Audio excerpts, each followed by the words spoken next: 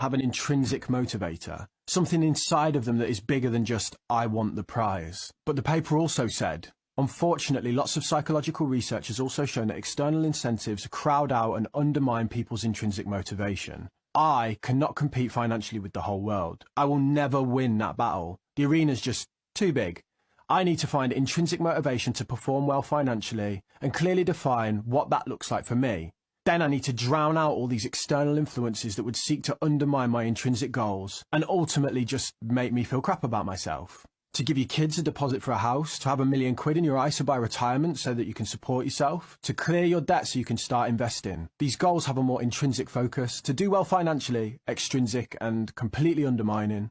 I know that sounds really wishy-washy, and some of you will be like, F this, I'm going to take on the world. But I've been doing that for 10 years, trying to take on the world, and I promise you, there's always a bigger mountain, there's always a richer millionaire, there's always a bluer Bentley. And when your goal is that poorly defined, it just becomes massive, it becomes too big. And as studies have shown us, you actually then become a less effective competitor because of that. Which brings us back, one last time, to the hero of our story, Kevin, who under the extrinsic weight of the world watching him attempt pitch 15 and the massive task of catching back up to Tommy, who is well ahead of him now, has spent the last 3 days failing. And now it's time to give up. Throw in the towel and support Tommy to the top. Tommy cannot afford to sit there waiting anymore. For him, he just needs to push on. You had your chance. You weren't good enough. Kevin now embraces his job in assisting Tommy in climbing to the top, something that has never been done before. Kevin is supporting his friend in achieving greatness as Tommy inches closer and closer to his goal. But a few days later, after completing the hardest sections of climb, Tommy says something to Kevin. I don't care how long it takes for you to get through pitch 15. This isn't a competition. This isn't even about the goal of climbing the dorm wall. This is a story about two friends doing something incredible together.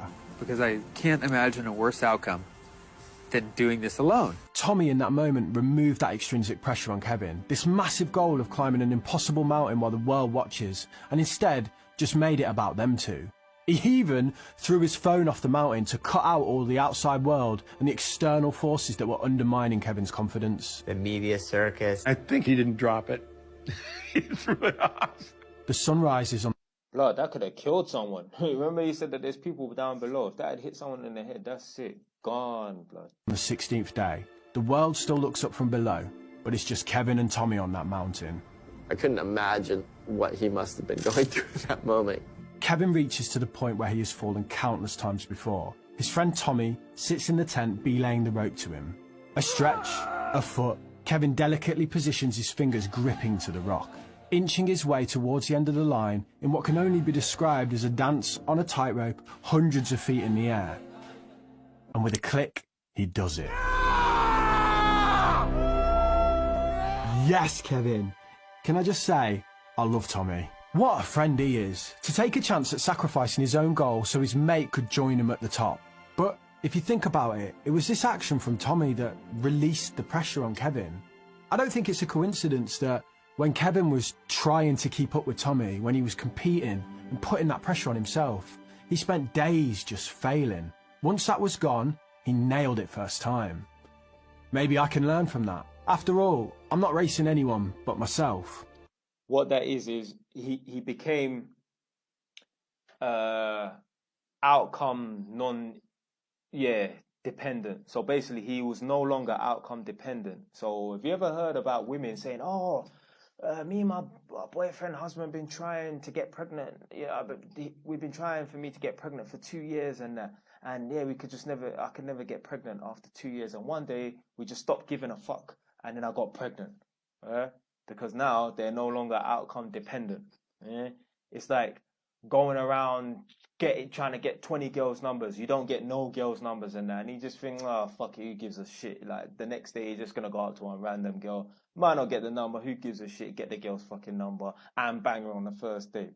You're not being outcome dependent anymore, innit? So, yeah, anyway, about 34 seconds left. So, how did the story end? Well, after completing pitch 15, Kevin dominated that mountain. He's not going to give up.